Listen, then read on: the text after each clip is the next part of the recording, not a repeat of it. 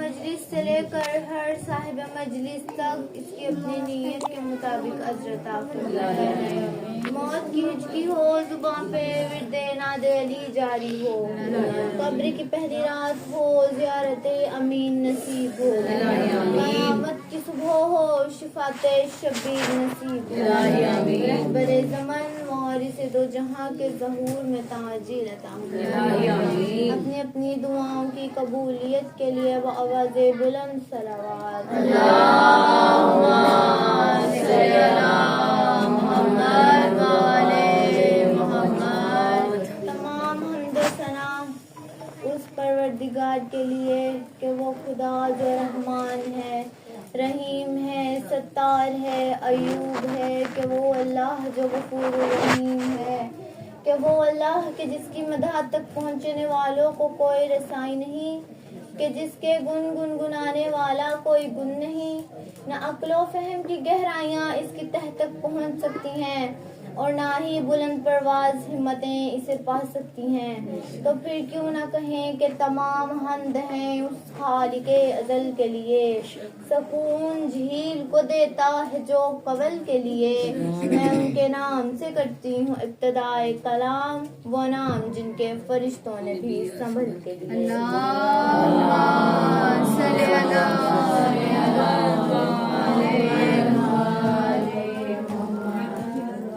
ایک واقعہ پیش کرتی ہوں. امام ابو حنیفہ کا واقعہ ہے کہ وہ جب کوفہ تشریف لائے تو پڑھا رہے تھے. پڑھاتے پڑھاتے کہتے ہیں کہ میں امام صادق کا شاگرد ہوں، لیکن میں اپنے امام کی 3 باتیں نہیں مانتا. وہ کہتے ہیں کہ اللہ ہے لیکن نظر نہیں آئے گا. یہ کیسے ہو سکتا ہے کہ جو چیز ہے وہ تو نظر آنی چاہیے؟ میں نہیں مانتا. وہ کہتے ہیں کہ میرا عقیدہ ہے، عزیزان محترم، عقیدہ وہ بنائیں جو آل محمد کا عقیدہ ہو. کہ وہ کہتے ہیں کہ اللہ ہے مگر نظر نہیں آئے گا اور روز قیامت ہم اپنے خدا کو دیکھ لیں گے. دوسرا اعتراض، وہ کہتے ہیں کہ شیطان کو قیامت کے روز آگ میں ڈالا جائے گا. شیطان کو قیامت کے روز آگ میں ڈالا جائے گا. میں نہیں مانتا. کہا کیوں؟ کہتے ہیں شیطان آگ سے بنا ہے اور قیامت میں بھی جہنم میں بھی آگ ہے، تو بھلا آگ کو کیا ہی نقصان پہنچائے گی؟ میں نہیں مانتا. شیطان جہنم میں نہیں جائے گا. اتنے میں امام صادق کا شاگرد اٹھا، نام تھا بہلول دانا. اٹھ کے ایک مٹی کا ٹھیلا اٹھایا اور دے کے اس کے سر میں مارا. اب جیسے ہی ٹھیلا سر میں لگا وہ چکرا کر نیچے گر گئے. لوگوں نے کہا پکڑو بہلول کو، اس نے استاد کو مارا ہے. اب سارے بہلول کے پیچھے پیچھے اور بہلول آگے آگے. اب انہوں نے پکڑ لیا اور پکڑ کے مارنے لگے. بہلول کہتے ہیں میری بات تو سن لو، دعویٰ کرنے والے کو تو بلاؤ کہ میں نے اس کو مارا ہے. اب عدالت لگ گئی. بہلول دانا اور ابو حنیفہ عدالت میں چلے گئے. پوچھا گیا کہ تم نے اس کو مارا ہے؟ کہا ہاں مارا ہے. پھر پوچھا گیا کہ تم نے اس کو مارا ہے؟ کہا ہاں مارا ہے. کہا تیسری دفعہ اقرار کرنے پر سزائے موت ہوگی، بتاؤ تم نے مارا ہے؟ کہا میری بات تو سنو. پتھر کس چیز کا تھا؟ پتھر لگنے سے تمہیں کیا ہوا؟ کہا تم پاگل ہو گئے ہو. جیسے ہی پتھر میرے سر میں لگا مجھے درد شروع ہو گئی. کہا تو درد ہے تو دکھاؤ. تم نے کہا تھا جو چیز ہوتی ہے وہ تو نظر آنی چاہیے، اب تو درد ہے اس کو دکھاؤ. کہا تم پاگل ہو گئے ہو، درد دکھانے کی چیز نہیں، محسوس کیا جاتا ہے. تو جناب بہلول کہتے ہیں اللہ بھی نظر نہیں آتا، اسے محسوس کیا جاتا ہے. یا علی یا علی یا علی یا علی مدد حق ہے. اللہم صلی علی محمد و آل محمد. دوسرا اعتراض انہوں نے کیا تھا کہ شیطان کو جہنم میں ڈالا جائے گا. کہا پتھر کس چیز کا تھا؟ کہتے مٹی کا. کہا تم کس چیز کے ہو؟ کہا مٹی کے. کہا تم نے تو کہا تھا کہ ہم جنس کو نقصان نہیں پہنچاتا، تو مٹی کو کیا نقصان پہنچائے گی؟ اور تم نے کہا تھا نا کہ ہم اپنے افعال کے خود ذمہ دار نہیں، ہم گناہ کریں گے تو اس کا عذاب ہمیں ہوگا۔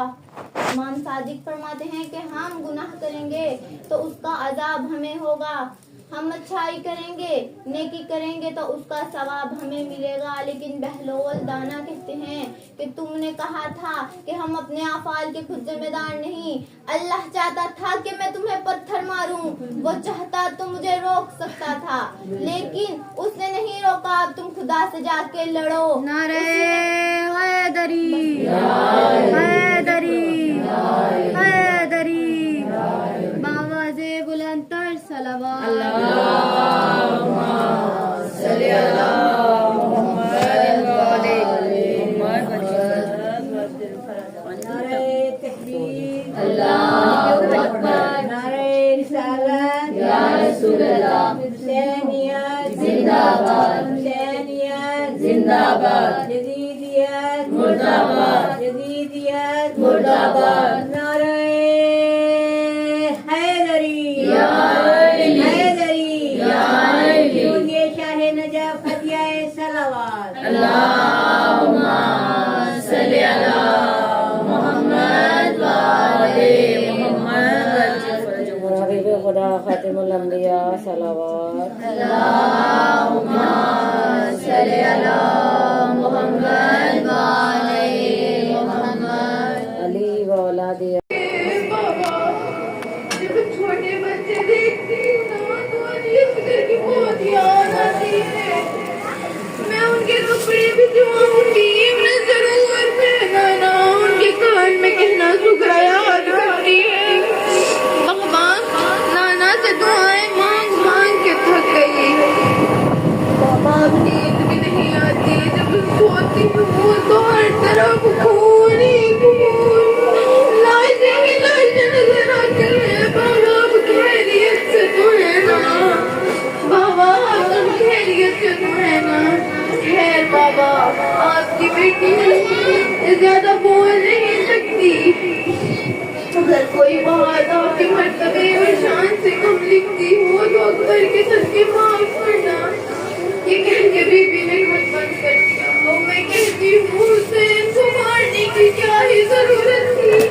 اکبر کے بعد حسین نے رہنا کہا تھا، امام حسین کے تذکرات کوثر سے تھوڑی دیر پہلے کربلا کی زمین پہ آیا، آگے کہتا ہے مولا حسین اپنی جبی کو اپنی تلوار سے رکھ کے دکھ گر رہے تھے، اپنے دکھوں کا حساب کر رہے تھے۔